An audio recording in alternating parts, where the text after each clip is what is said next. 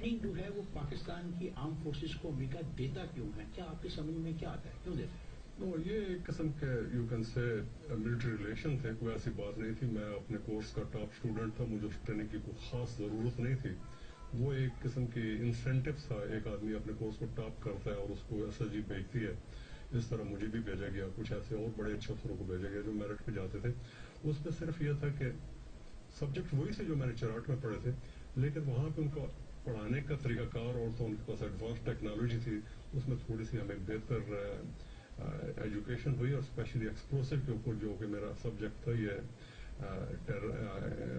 Explosive you can say سابوٹاج، اس کو میں نے وہاں پہ بڑا اسٹڈی کیا. بنیادی طور پر آپ ایک سابوٹاج کرنے والے بالکل، میرا یہ سبجیکٹ ہے. بم بناتے ہیں، لگاتے ہیں، میں بم ڈائنامائٹ بنا کرتے سکتا ہیں. ہوں. مجھے آپ کسی بھی ویل ٹو ڈو فیملی کے کچن میں بھیج دیں اور وہاں ساری چیزیں موجود ہیں، میں 20 منٹ کے اندر ایک انسٹنٹری بم بنا کے باہر نکلوں گا. کس چیز کی ضرورت ہوگی اس کچن میں آپ کو؟ اس میں یہ آپ کا واشنگ پاؤڈر ہو سکتا ہے، چینی ہو سکتی ہے، مختلف نمک ہو سکتا ہے. اس میں وہی خاص ریشو کے ساتھ ملا کے بہت ساری چیزیں وہ میں کر سکتا ہوں. کیسا آپ حکمت یار اور احمد شاہ مسعود کو کیا اس وقت سے جانتے ہیں جب وہ عورتوں کے منہ پہ تیزاب پھینکتے تھے یونیورسٹی میں؟ یس میں نے سنا تھا. اس وقت میں ان کو ملا نہیں تھا، میں سنا تھا. یہ اسلامسٹ تھے، جس طرح افغانی ہوتے ہیں وہ اسلام کو اپناتے ہیں لیکن تھوڑی سی مزید حرکتیں بھی کرتے ہیں. وہاں پہ لڑکیاں بغیر دوپٹے کے اور منی اسکرٹ پہن کے کالج میں آ جاتی تھیں، اور یہ ان کو منع کرتے تھے. اگر وہ منع نہیں کرتی تو پھر انہیں آگ ان کو تنگ کرنے کے لیے تیزاب بوتلوں میں لے جاتے تھے، وہ اسپرنکل کرتے. اگر میں یہ سوال کروں کہ ذوالفقار علی بھٹو افغان جہاد کا ماسٹر مائنڈ ہے تو آپ کا کیا جواب ہے؟ Exactly I don't see so, but میں یہ سمجھتا ہوں کہ وہ نہایت ایک قابل آدمی تھا، اور اس نے ایک خطرہ محسوس کیا جب ظاہر شاہ کو نکال دیا گیا اور داؤد صاحب آئے، اور پریزیڈنٹ داؤد نے ٹلٹ کیا رشیا کی طرف. رشیا آیا کہ ہم آپ کی بھرپور مدد کریں گے، آپ بتائیں کیا مدد کر رہے ہیں. He was taken a back. انہوں نے کہا جی آپ کیا مدد کریں گے؟ انہوں نے کہا جی ہم آپ کو پیسے دیں گے، مدد کریں گے اقتصادی، اور آپ کے افسروں کو، بیوروکریٹس، سول بیوروکریٹس اور آرمی والوں کو ٹریننگ دیں گے. یہاں پہ بیجز گئے، وہاں پہ ٹریننگ کیا ہونی تھی ان کو انہوں نے انڈاکٹرینیٹ کیا to become communist. And some of the Afghan, میرا سوال میں وہی بات کر رہا ہوں. Some of the Afghans became staunch communists and they came اور انہوں نے یہاں پہ پریچنگ کرنی شروع کر دی. اس سے کابل کے یونیورسٹی کے اسٹوڈنٹ جو ہے وہ ایجیٹیٹ کیا، اور داؤد صاحب نے ان کے اوپر پولیس اور آرمی کو لگایا. کوئی زخمی ہوئے، کوئی پکڑے گئے، زیادہ بھاگ کے ادھر آ گئے. یہاں پر پہنچے تو انہوں نے یہاں پہ بھٹو صاحب نے جب دیکھا تو انہوں نے نصیر اللہ بابر جو کہ اس وقت بریگیڈیئر تھے، قلعہ بالا حصار میں تھے، ان کو بتایا کہ آپ ان کو آرگنائز کریں.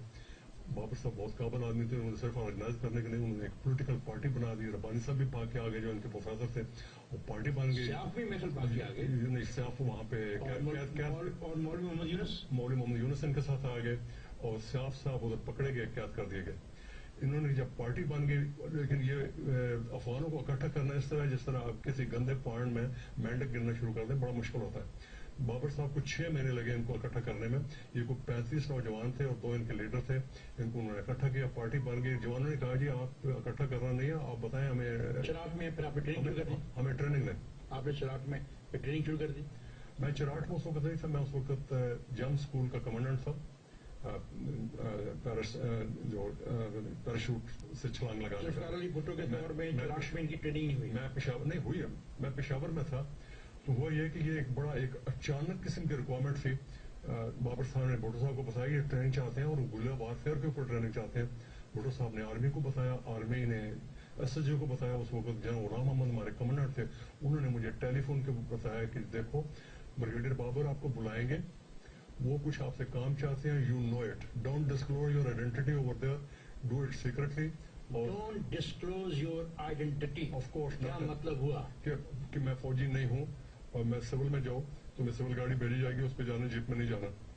خیر میں بیٹھا ہوں 2 گھنٹے کے بعد ایک اور ٹیلی فون آ گیا. سر آپ ٹریننگ دے رہے ہیں اور ٹریننگ میں آپ کا دعویٰ ہے کہ آپ نے ملوم اور حکمت یار، احمد شاہ مسعود جیسے لوگوں کو ٹریننگ دی. وہ پہلے بیچ میں تھے، 10 دن انہوں نے ٹریننگ کی، اس کو یہ سمجھ لیں. اور آپ یہ کہتے ہیں کہ اب تک آپ نے 95,000 لوگوں کو ٹریننگ دی. یہ ایکچولی یہ ٹی وی اینکر پرسن اس طرح سے کیا. میں اکیلا نہیں تھا، میرے ساتھ 200 آفسرز اور جیسز تھے. ہماری کوئی 12-13 ٹیم ہوتی تھی. ہم ٹریننگ بھی دیتے تھے. ہم ان کی پاکستان کی فوج نے 95,000 افراد کو ٹریننگ دی. ابھی ہمیں سوال پیدا ہوتا ہے کہ آپ نے ان کو انجیکشن تو لگا دیا تبدیلی کا, انقلاب کا, روس کے خلاف جنگ کرنے کا. جب وہ جنگ ختم ہو گئی تو جو آپ نے ان کی تربیت کی تھی ذہنی, جو آپ نے ان کو شعور دیا تھا, وہ آپ واپس نہیں لے پائے, اور پھر یہ لوگ اس پورے خطے کے لیے ایک تباہی کی وجہ بن گئے. اس میں بہت ادر فیکٹرز انوالو ہیں, اور وہ یہ ہے ادر فیکٹرز انوالو ہوں گے. کیا یہ حقیقت نہیں کہ یہ آپ کے تربیت یافتہ لوگ پورے خطے میں آگ لگانے کے لیے شروع ہو گئے؟ نہیں, اس میں جو اور عوامل ہیں وہ زیادہ اس کے گناہ گار ہیں. ان کا گناہ کم ہے. کون؟ اس میں امریکہ ہے جس نے ان کو خراب کیا. امریکہ نے کیا خراب کیا؟ ٹریننگ آپ میں تھے, کنٹرول آپ کے پاس تھا. ایک minute please listen to me. ابھی تھوڑی سی بات سننا جو کہ بہت لوگوں کے لیے یہ ساری نئی بات ہوگی. یہ ہماری جنگ تھی, یہ امریکہ کی جنگ نہیں تھی. جس وقت یہ شروع ہوئی بھٹو کے زمانے میں کسی کو نہیں پتا تھا. بھٹو صاحب نے ٹرین کر کے لوگوں کو بھیجا, وہاں پہ انہوں نے جلا باد میں کارروائیاں کی, اور جو داؤد تھا ہمارے خلاف ہو رہا تھا وہ ادھر آیا اور اسے اچھے تعلقات قائم کرنے کا وعدہ کیا. یہ تو بھٹو کی پالیسی اچھی پالیسی تھی نا, ایک کامیاب پالیسی. اس کے بعد یہ ہوا کہ جب فوجی آگے روسی, ایک بڑے لیول پہ ٹریننگ کی گئی. ہمیں کوئی آدمی, کوئی گورنمنٹ مدد نہیں کر رہی تھی.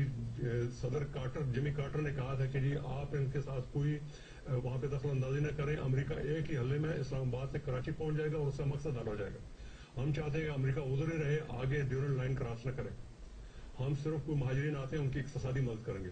انہوں نے کہیں زیادہ صاحب کو کہا کہ جی یہ $40 ملین میں بھیج رہا ہوں. انہوں نے کہا thank you very much, this is a palm full of peanut, I don't need it. Knowing کہ کارٹر صاحب پی نٹ گرور ہیں, اور کوئی امداد اس زمانے میں نہیں ملی. 79 اس طرح گزر گیا, 80 گزر گیا. بڑے برے حال میں ان کی ٹریننگ ہوئی, نہ کھانے کو کچھ ہوتا تھا نہ پینے کو. یہ بیچارے اپنی بھیڑ بکریاں بیچ کر رائفل خرید کے آتے تھے. ہم کوئی امنیشن اکٹھا کرتے تھے, کوئی سیکنڈ ورلڈ وار کی اس طرح کی رائفلیں, فرسٹ ورلڈ وار کی وہ نکلی, وہ ہم نے ان کو دی. بڑے برے حال میں گئے. کوئی کیمپ میں ٹریننگ ہوتی تھی, کوئی وسائل بھی نہیں تھے. ٹھیک ہے میں مان لیتا ہوں. اب سوال یہ ہے 82 کے آخر میں پھر آپ کا سٹرنگر میزائل تک آ گئے. بالکل آئے نا, کیوں آئے؟ 9 جنیوا اکارڈ تک امریکہ نے اس طرح مدد کی, ہم حیران تھے. ہم بتاتا ہوں, ہم حیران تھے کہ اتنے اچھے لوگ کیا امریکہ میں بھی ہیں, اتنے آنےسٹ لوگ, اتنے مخلص لوگ, اتنے امریکہ کے مخلص لوگوں نے آپ کو پیسے دینے شروع کر دیے. میں بتاتا ہوں, اپنے شعبے کے ماہر لوگ وہ ادھر ہیں. جو ہی جنیوا اکارڈ ختم ہوا, یعنی کہ جنیوا اکارڈ میں امریکہ نے ہم سے وہ کام کرایا جو کہ بہت ہی ذلت آمیز تھا. اس نے ہم سے جنیوا اکارڈ سائن کرایا جو کہ ان کی مجاہدین کی مفاد کے سخت خلاف تھا. جناب آپ استعمال ہوئے, آف کورس استعمال ہوئے, اور آپ نے اس کا احساس نہیں کیا. اور زیادہ صاحب روتے رہے, چیختے رہے, جنیجو صاحب نے جا کر. آپ استعمال ہوئے, آپ بہت درست استعمال ہوا, آپ نے اس خطے کو ڈیسٹرائز کر دیا. یہ پہلی ٹھوکر تھی جو کہ مجاہدین کو امریکہ نے لگائی. اس نے ظاہر کر دیا کہ اب یہ میں آپ کے ساتھ نہیں ہوں. اس نے ظاہر کر دیا کہ آپ کی حکومت نہیں بننے دوں گا. اس کے بعد انہوں نے سارے وہ بندے چینج کر دیے جو ہمارے ساتھ تھے. اچانک نئے بندے آئے. بلیو یو می, وہ ایسے تھے جس طرح ایک corrupted police of a third world country like Pakistan. کس سال میں؟ یہ 1988 میں.